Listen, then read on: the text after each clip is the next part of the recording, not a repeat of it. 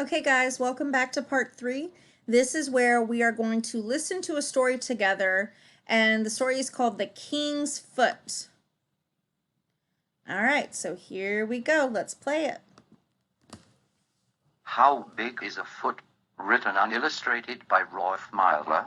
Once upon a time there lived a king and his wife, the queen. They were a happy couple, for they had everything in the world. However, when the queen's birthday came near, the king has a problem.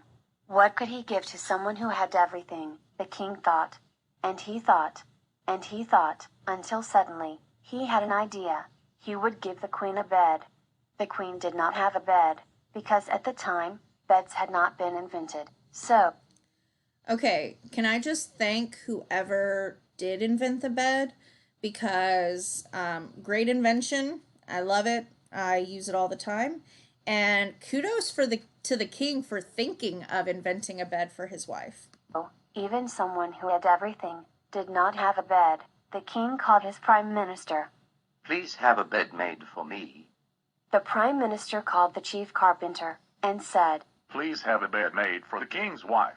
The chief carpenter called the apprentice and told him. Please have a bed made for the Queen's birthday.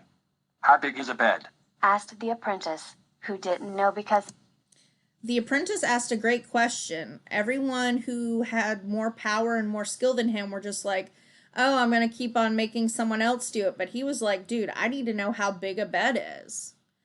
I bet if they had standard forms of measurement back then, they could have figured it out. at the time nobody had ever seen a bed.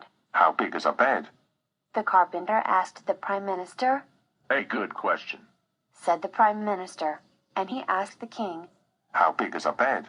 The king thought, and he thought, and he thought, until suddenly, he had an idea. The bed must be big enough to fit the queen. The king called the queen and said, Go and put on your new nightgown. Now, honey, lay on the floor. The king took off his shoes and with his big feet walked carefully around the queen. He counted that the bed must be 3 feet wide and 6 feet long.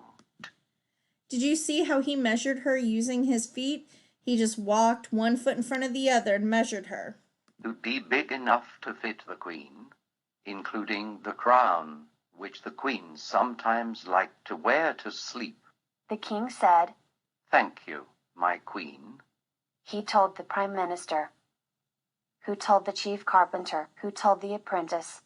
The bed must be 3 feet wide and 6 feet long, to be big enough to fit the Queen, including the crown, which she sometimes liked to wear to sleep. The apprentice said, Thank you. and took off his shoes, and with his little feet, he measured 3 feet wide and 6 feet long. Oh, what could be a problem with the size of the bed now? I think I know. I think it's because the king's foot and the young apprentice's foot are different sizes.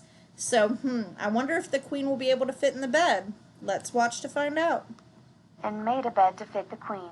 When the king saw the bed, he thought it was beautiful.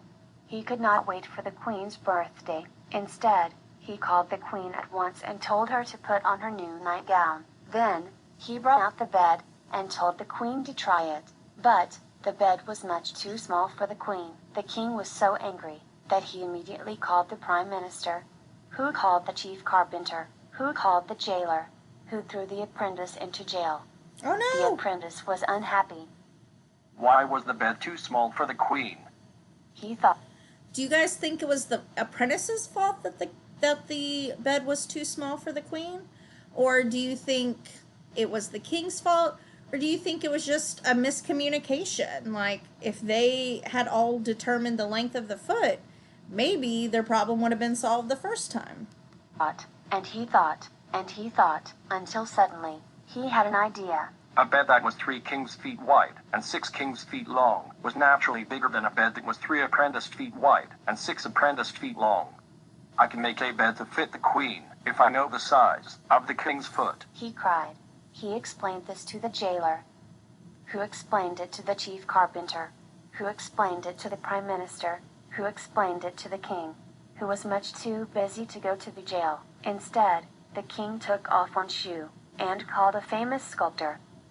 The sculptor made an exact marble copy of the king's foot.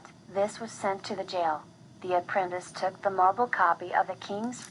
Okay, I just want to let you guys know that he did not cut off the king's foot. A sculptor, someone who sculpts statues, made a copy of his foot. I'm wondering, though, could the king have just given the sculptor his shoe? I feel like that would have saved a lot more time. Foot, and with it he measured 3 feet wide and 6 feet long, and built a bed to fit the queen. The bed was ready just in time for the queen's birthday. The king called the queen and said, Put on your new nightgown.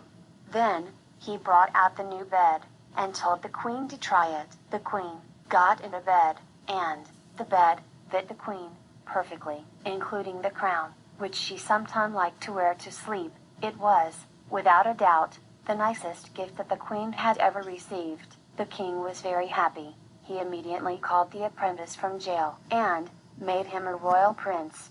He ordered a big parade, and all the people came out to cheer the little apprentice prince. And forever after, anyone who wanted to measure anything used a copy of the king's foot. And when someone said, "My bed is 6 feet long and 3 feet wide," everyone knew exactly how big it was. So what a great story. It helped me learn how the term foot even got started as a form of measurement, and I was really proud of the apprentice for figuring out the difference between his foot and the king's foot. So as you can see, if we don't have standard forms of measurement that we all use, things can get really confusing. All right, guys, that's it for this week. I hope you're doing well. Love you, bye.